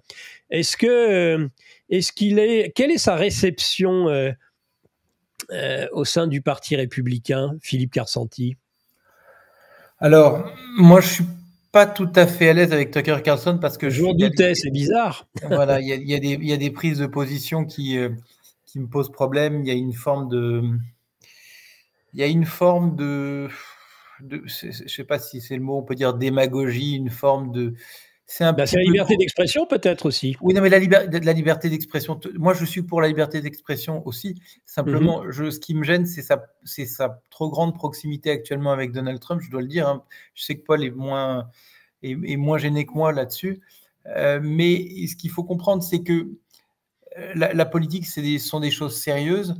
Et de la même façon que je trouve que faire venir des humoristes dans un meeting, même si on a vu que Kamala Harris aussi l'a fait, je pense que ce n'est pas le lieu de faire venir des gens comme ça. Je pense que Tucker Carlson était très intéressant quand il était chez Fox. Au début de ses interventions sur X, il a aussi été très intéressant. Par la suite, je trouve qu'il est allé, je pense qu'il a une forme d'hubris qui fait qu'il est allé beaucoup trop loin et qu'il va beaucoup trop loin. Et je pense qu'il ne se contrôle plus. Et dans le Ils ont lâché, Fox News a lâché Trump en 2020. Oui, bien sûr. Non, mais d'accord, mais là, on parle de Tucker Carlson. Oui, mais moi, je vous parle aussi de Fox News. Oui, non, mais je comprends, mais encore une fois, vous savez, je suis tout à fait... Je sais être critique avec mes amis, donc je n'ai pas de problème à dire quand les choses ne vont pas. Je préfère dire plutôt aussi pour garder une certaine forme de crédibilité. Moi, je ne suis pas à l'aise avec les embardés de Tucker Carlson, même si je trouve qu'il a fait un travail exceptionnel par certains moments. Mais je vous dis, cette forme d'hubris, je pense qu'il ne se contrôle plus. Et quand on fait de la politique, il y a une forme de contrôle. Et je ne crois absolument pas. J'entends des gens, et je lis des gens nous dire que Tucker Carlson sera un éventuel candidat à la présidence des États-Unis en 2028. Je n'y crois absolument pas. Je pense que ça n'est pas, ça n'est pas dans son ADN. Quoi qu'on dise de Donald Trump, c'est on dit que quelquefois il va aussi très loin dans ses propos. Il dit des choses et il a une vraie vision de l'Amérique. Je ne sens pas cela chez Tucker Carlson. Voilà. Mais je laisse il aime s'entourer, Donald Trump. Il y avait Steve Bannon. Aujourd'hui, c'est Tucker Carlson. C'est une respiration aussi pour lui, je pense, une façon d'être à nouveau authentique. Pour moi, c'est une forme d'authenticité. Mais oui, mais alors attends, vous parlez de. Je vous en prie, allez-y. Vous parlez de l'entourage de Donald Trump. C'est vrai qu'il aime s'entourer de gens un peu fantasques. Quand vous avez regardé au meeting, le catcheur qui va et qui enlève son t-shirt et qui se met à l'arracher. Sincèrement, je ne pense pas que ça apporte quoi que ce soit au débat politique. Alors peut-être que ça amuse la galerie, ça amuse les gens, mais surtout du côté des pseudo-élites démocrates et médiatiques, ça permet de ridiculiser les électeurs républicains. Vous savez, récemment, j'étais sur France TV et on m'a sorti un documentaire où on disait il y avait des gens qui se promenaient avec Trump, God, Guns and Trump. Dieu, nos flingues et Trump. Bon, bah écoutez, les électeurs républicains, ça n'est pas que cela. Il y a des gens comme ça, mais du côté des électeurs républicains, vous avez des gens totalement sensés, vous avez des gens qui ont des carrières exceptionnelles et vous avez au moins la moitié des Américains, pour faire simple. Donc la moitié des Américains ne sont pas des gens qui ne pensent qu'à Dieu, de leurs armes et Trump. Vous voyez ce que je veux dire? Donc je n'aime pas cette façon de caricaturer l'électeur de Trump. Paul n'est pas, même si Paul et moi nous sommes des MAGA, vraiment absolument, on est Make America Great Again, absolument, mais on ne fait pas partie de ce monde-là. L'électorat de Trump est divers et on cherche à chaque fois à le caricaturer. Mais Philippe Carsanti, je pense que Trump il s'en fout des experts de plateau. Je parle pas de vous, mais de tous ceux dont vous parlez. Et c'est pas eux qui doivent convaincre. Ils doivent convaincre les Américains. Comme Poutine, il s'en fout du général Pelestrandi et de nos généraux de plateau. plutôt, ils avancent. Je pense que ce sont des hommes d'État. Ils avancent surtout. Et ça change par rapport à un pays qui est complètement, qui est confit qui est perclus de rigidité, qui est la France. Moi, je ne juge pas d'ailleurs. Non, mais vous avez raison, mais je veux seulement dire une chose. C'est que ça peut être répulsif pour des personnes qui sont indépendantes et qui auraient envie de voter. Il dit, je n'ai pas envie de m'associer à ça. De la même façon que quand vous regardez du côté démocrate, quand vous voyez ces hordes sauvages qui défilent dans New York, avec des soutiens du Parti démocrate qui défilent avec des drapeaux du Hamas ou du Hezbollah, je pense que certains disent non, j'ai pas envie d'être avec ces gens-là. Et bien de la même façon, parfois, du côté républicain, vous pouvez avoir une forme, ou du côté surtout des indépendants, des gens qui disent « j'ai pas envie d'être associé à ces gens-là ».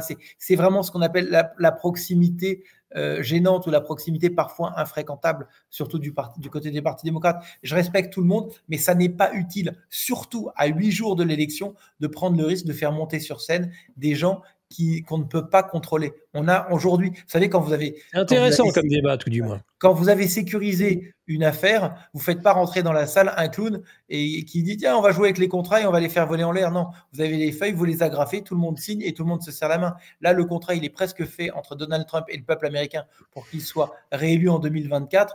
Merci, on signe, au revoir. Voilà.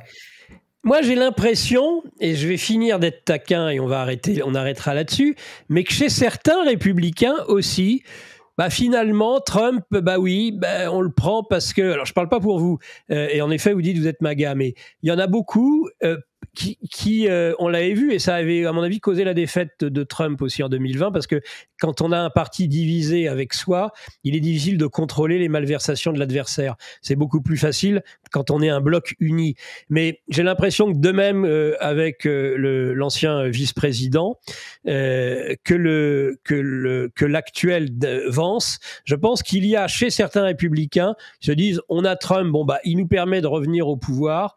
Mais finalement, demain, l'avenir du Parti républicain, c'est plutôt J.D. Vance, dont on rappelle qu'il a été longtemps très hostile à Donald Trump avant de finalement se ranger derrière lui.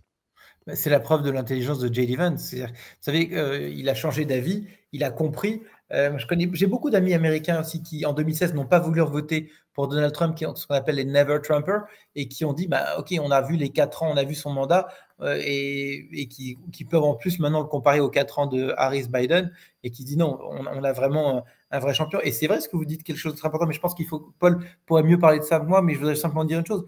Donald Trump, en choisissant J.D. Vance, il a choisi l'avenir, il s'est propulsé dans l'avenir en se disant, voilà, je vais transmettre mon mouvement MAGA à quelqu'un d'une quarantaine d'années qui va me permettre de continuer mon mouvement. Et c'est là-dessus que c'est une grande forme d'espoir. Je laisse Paul répondre. Paul Rine. Oui, tout à fait, que Philippe a parlé de J.D. Vance, mais je voudrais retourner à le sujet de comment il s'appelle, Tucker Carlson. Tucker Carlson est hyper populaire dans le Parti républicain. C'est vrai qu'on dit qu'on a une grande tente. On a plus de variété des opinions, pas bien dit, excuse-moi, mais que le Parti démocrate qui vote comme un bloc souvent.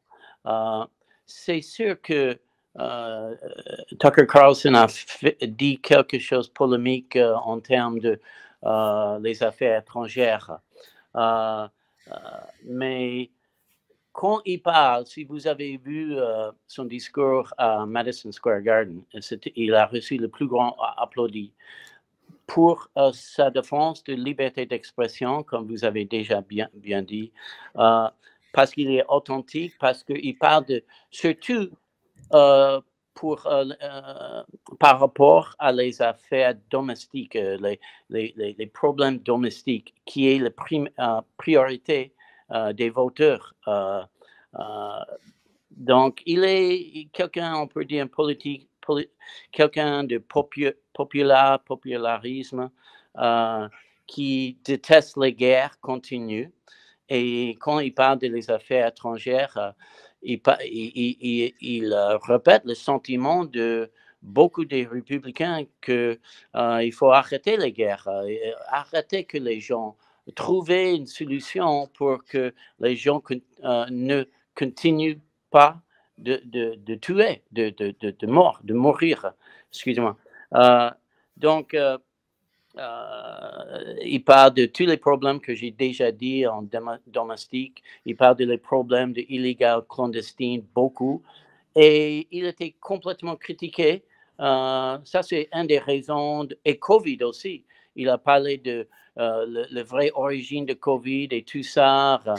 Et ça, c'est la raison qu'il était viré de Fox News. Parce que Fox News, je ne sais pas si vos auditeurs et téléspectateurs comprennent, mais c'est moins et moins droite. Et c'est toujours droite, c'est toujours, mais ils sont assez modérés. Donc, Tucker Carlson était viré et à cause de ses opinions sur Covid qui finalement étaient vérifiées correctes.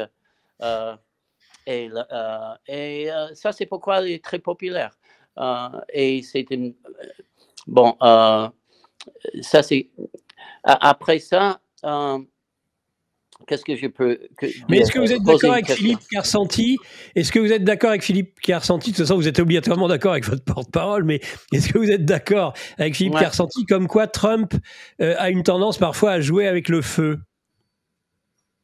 Que Trump jouait avec le feu? Mais que c'est sa personnalité. Oui, évidemment, il dit les choses quand il parle pendant 3-4 heures. Il critique très fortement les problèmes. En fait, j'essaie de utiliser les mots fascisme, mais il y a des exemples d'un comportement fasciste par le Parti démocrate. Et il dit ça. Il dit les choses très fort. Il critique Harris et Biden très fort et toutes les élites. Les universités Ivy League aux États-Unis, j'étais dans un débat, Philippe était là aussi, par les alums en France de les universités américaines Ivy League comme Harvard et Columbia. Et il ne faut pas oublier que le 8 octobre, juste après les attaques horrifiques sur Israël, il y avait des manifestations pro-Hamas dans les universités. Ça, c'est le problème, l'idéologie, l'indoctrination dans les universités. Et il parle de ça. Et tous les alums ici à Paris ont ridiculisé Trump, qu'il est un fasciste. Mais il ne faut pas oublier qu'il y avait des présidents de plusieurs universités virés à cause de cet antisémitisme. Donc, Trump parle de ça. Et il dit qu'on doit arrêter ça, cet antisémitisme, cette haine qui vient de la gauche dans les universités, dans les écoles et dans la société en gros. Et évidemment, il est hyper critiqué. Les gens prennent que ça, c'est trop fort. C'est la réalité. Et c'est quelqu'un comme Philippe a bien dit qu'il est fort. Il dit les choses qui sont nécessaires et ils vont faire les choses nécessaires. Moi, je porte, sans porter aucun jugement, je m'abstiendrai sur ce point vis-à-vis de ce que vous venez de dire, Paul Rhin. Ce que je constate et ce que j'ai dit depuis le début, et moi, j'ai pronostiqué la victoire de Trump, outre le fait, parce qu'évidemment, je pense que c'est une personnalité tout à fait exceptionnelle, qui dépasse de très loin d'ailleurs l'affrontement républicain-démocrate. Quand on a affaire à de véritables hommes d'État qui peuvent changer la donne, ils sont des game changers, ces gens-là. Il y en a rarement dans l'histoire de l'humanité. Et quand on en a, il faut l'admettre, tout simplement. Ça va au-delà des conflits. Mais en tout cas, une des raisons, à mon avis, de fond, qui fait que je ne crois pas en la victoire de Harris, et ce depuis le début, ça aurait été pareil avec Biden, c'est que, et c'est un peu ce qui est arrivé un peu aussi à Trump en 2020, c'est que le Parti démocrate est profondément divisé. profondément divisé sur les questions, justement, c'est ça le paradoxe, sur la question internationale et en particulier sur la question du Proche-Orient, en deux. Et ça, vous pouvez toujours courir. Si vous n'êtes pas capable de faire un discours de synthèse, on a pu le voir en France avec un autre candidat qui était monté très haut à la dernière présidentielle et qui s'est craché très bas, c'est quand on a un électorat et qu'on n'arrive pas à faire une synthèse sur des positions très figées, très violentes, très dures, extérieures en plus, c'est terrible pour l'Amérique, j'ai envie de dire, d'être pollué comme ça par un sujet, alors que ça devrait être d'abord l'Amérique qui devrait importer avant toute chose. Je pense que là, elle est condamnée de ce fait-là, parce qu'elle ne peut pas, et c'est pas avec son QI à 80 qu'elle risque, et encore je pense que je suis optimiste, de trouver ce discours de synthèse. Et de toute façon, les démocrates ne le trouvent pas, parce qu'il est peut-être introuvable, ceci dit. Ça, je n'exclus pas. Vous savez, vous parlez du QI de Kamala Harris. J'ai souvent dit sur les plateaux que le QI de Kamala Harris, enfin pas du QI, enfin je dis que Kamala Harris, pour que les Français, encore une fois, j'insiste bien parce qu'il faut l'écouter en VO, mais pour ceux qui ne peuvent pas l'écouter en VO s'ils ne maîtrisent pas l'anglais, c'est globalement un peu un mix entre Anne Hidalgo et Sandrine Rousseau, au niveau intellectuel et au niveau connaissance économique. Ça vous donne le niveau de ce qui est proposé aux Américains. Face à ça, vous avez des entrepreneurs, vous avez des gens extrêmement dynamiques. Mais juste pour revenir sur votre précédente question, pour ce qui concerne le fait que Trump soit, je dirais, un petit peu débridé, le fait qu'il ne soit débridé ne me pose pas de problème. Moi, ce qui me pose problème, surtout dans cette fin de campagne, c'est surtout le fait de faire rentrer dans la campagne des gens qui le mettent en danger. Et c'est vraiment une chose, quand on a gagné... Jouer avec le feu. Voilà, quand on mène 3-0, on va pas à 10 minutes de la fin du match, on va pas à l'attaque, on est tranquille, on défend, on maintient le score. Et là, vraiment, je crois qu'on mène 3-0. On a les qualités de ses défauts, Philippe, et les défauts de ses qualités. Oui, mais le job des entourages, c'est justement d'aller voir le champion et de lui dire le job de l'entraîneur, c'est de dire de l'entraîneur, c'est de dire au capitaine d'équipe, bon maintenant vous allez en défense, on attend. Et là je vous dis, on mène 3-0. Mais c'est qui l'entraîneur ? C'est qui Philippe ou Paul ? C'est qui on dit toujours en France, il y a toujours un directeur de campagne. C'est qui, à votre avis, la pièce maîtresse qui est derrière Donald Trump ? C'est Donald Trump ? Alors, non, c'est Donald Trump, mais c'est aussi. Non, je pense qu'il a aussi des gens à qui il fait confiance, notamment aux membres de sa famille. C'est quelqu'un qui a été tellement trahi, on a pu le voir récemment, qu'il a besoin d'avoir des gens à qui il a vraiment confiance, qui sont extrêmement bienveillants vis-à-vis de lui. Et c'est ça qui est très important. Il faut de la bienveillance. Et donc, et il a raison de se méfier de ces gens qui lui ont vraiment causé du tort. Donc, pour finir sur ce point-là, on mène vraiment 3-0, c'est-à-dire qu'on a la présidence qui est quasiment gagnée, on a le Congrès, la Chambre des représentants et le Sénat, 3-0. Donc, si on gagne tout ça, là, il reste 6 jours, même 5 jours maintenant, 6 jours sur ce qu'on est mercredi. Il faut vraiment, on va garder les buts, on va faire attention et éviter les dérapages, surtout, même si ce ne sont pas des dérapages, n'importe quel mot de travers peut être interprété par des médias malveillants pour faire monter en mayonnaise des faits qui n'ont strictement rien à voir. Hier, on a accusé Trump de racisme, après le Madison Square Garden, alors que lui n'avait rien dit, il n'était même pas dans la salle. C'est ça qui est insupportable. Alors que Kamala Harris elle-même est raciste. J'insiste bien, et ça Paul connaît bien l'histoire, parce qu'on en a déjà parlé. Quand Kamala Harris a dit il y a 2 semaines qu'elle veut favoriser, donner des opportunités aux Noirs, et elle a dit donc je veux rendre légale la marijuana, c'est-à-dire qu'en fait pour elle les Noirs ne sont bons qu'à trafiquer de la drogue. C'est monstrueux, c'est d'un racisme incroyable. C'est comme quand Joe Biden avait dit en 2020 « Ah, vous êtes noir, votez pour moi, vous n'êtes pas noir ». Enfin, c'est dingue. Ce racisme que les médias passent au camp démocrate est inacceptable. Ces gens-là sont des racistes. Ils sont racistes et menteurs. Et regardez Trump, le meeting de Trump, il y avait des latinos, comme le rappelle souvent Paul, il y avait des blacks, il y avait des juifs, il y avait de tout. Tout le monde était là. C'est vraiment Trump, vous voyez, je parle comme Paul, c'est le président, je parle de Trump en disant Paul. Non. Paul a dit que c'était la grande tante du parti républicain qui a rassemblé tout le monde. C'est exactement ça. Il rassemble tout le monde. Tout le monde a envie de soutenir Trump. Toutes les minorités, les majorités, tout le monde. C'était une énergie. Il incarne l'Amérique dans un monde désincarné d'oligarchie hors sol. il l'incarne. Voilà, c'est ça. Il y a tout dans l'incarnation. C'est Make America Great Again. C'est fabuleux, quoi. Franchement, quand il va gagner, je peux vous garantir que même en France, on va le sentir. Le Macron, que je préfère appeler Micron maintenant, vu l'effet minuscule qu'il a dans le monde, Micron va être obligé de se plier et va arrêter d'essayer de mettre le bazar dans le monde entier et de se promener avec son Bellatar, quoi, je dirais. Il faut faire attention avec l'effet aile de papillon. Oui, c'est ça, mais là, je veux dire que l'aile de papillon, je vous dis, Macron qui a perdu les pédales, je peux vous garantir qu'il va vite les retrouver et qu'il va être obligé de se mettre à bosser et arrêter de faire strictement n'importe quoi. Il a mis la France en danger il y a quelques mois, il ne va pas mettre le monde en danger, on va être obligé de l'arrêter. Il a une tendance à mettre des cibles dans le dos de chaque Français, c'est pas nouveau. Hein. Il le fait et tout le temps, et à peu près dans tous les contextes internationaux possibles et imaginables, à mon avis. Est-ce que, en parlant de cibles, on va devoir finir cet entretien que j'ai beaucoup apprécié, qui est fait de subtilité, d'intelligence, et qui dépasse les limites un peu trop encadrées de la pensée évidente, de la pensée dogmatique. Peut-être sur les risques liés à la vie de Donald Trump, 2 tentatives d'attentat. Est-ce que tout ça est bien terminé? Est-ce qu'on ne peut pas imaginer qu'après qu'il ait gagné, il se passe l'irréparable?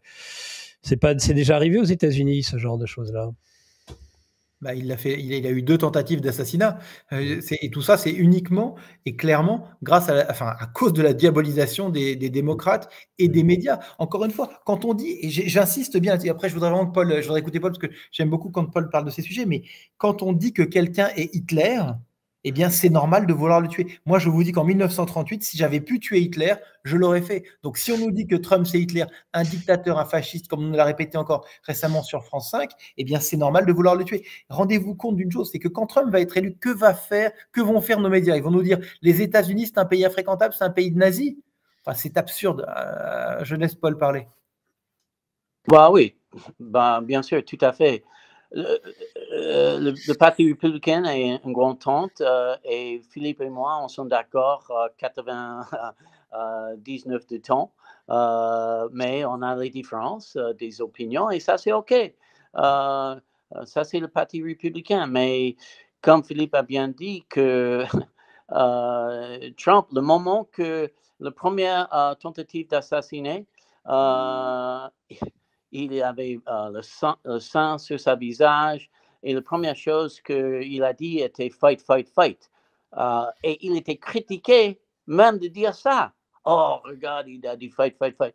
Donc, c'est quelqu'un qui, maintenant, je crois qu'il y avait 4 tentatives d'assassinat. Il y avait 2 publiés, 2 nouveaux, pas publiés, pas réussis, mais on sait pas, on inquiète toujours pour les prochaines semaines. Qu'est-ce qui va se passer dans les prochaines semaines?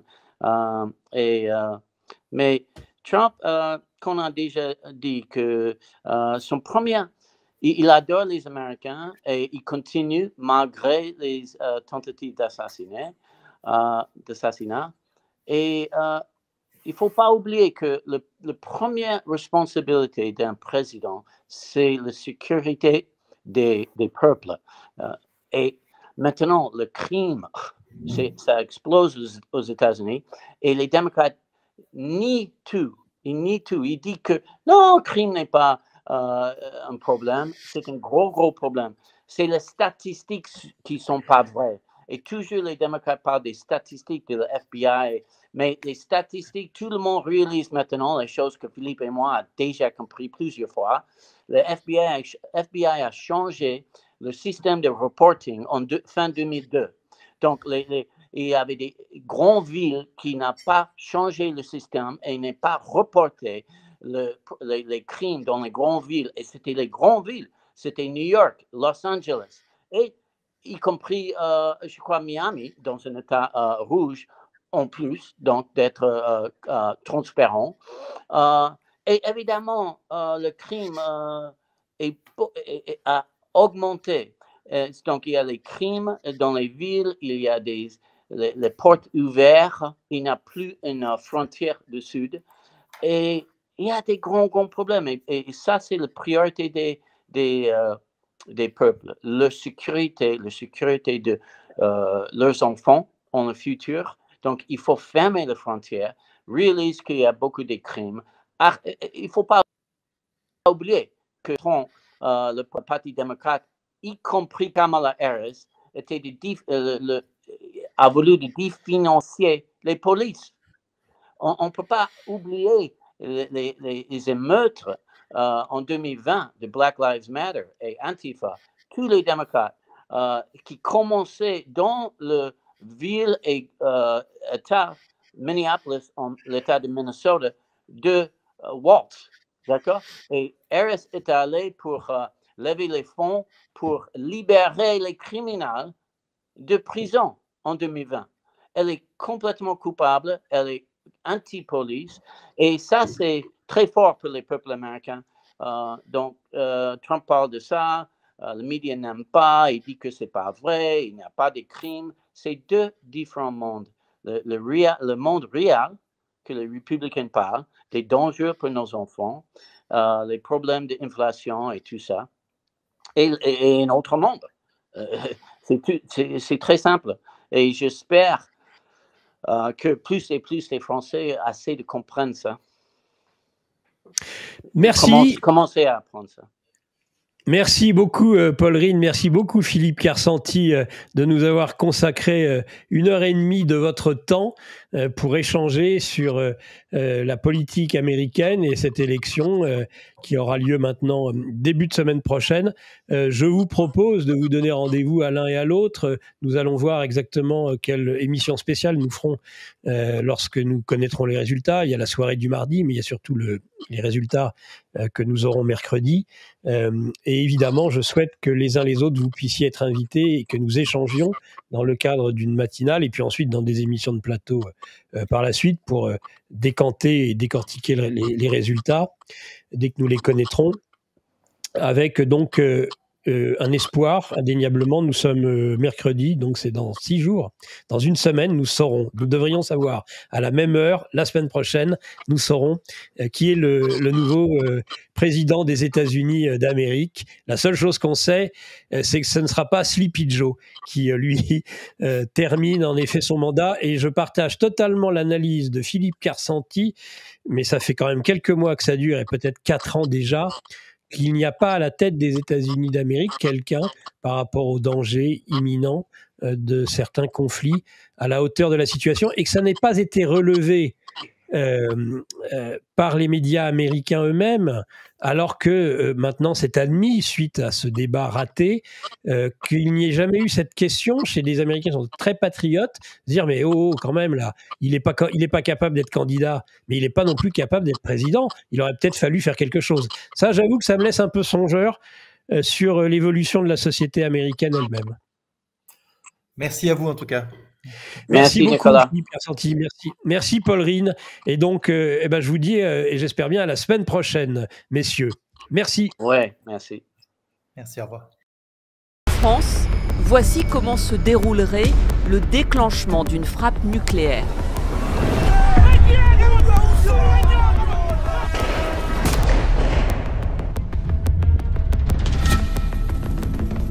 Des scènes de violence contre commissariats, mais aussi des écoles, des mairies. Qui gouverne le monde, hein. Beaucoup de gens pensent, à tort, que ce sont les hommes politiques.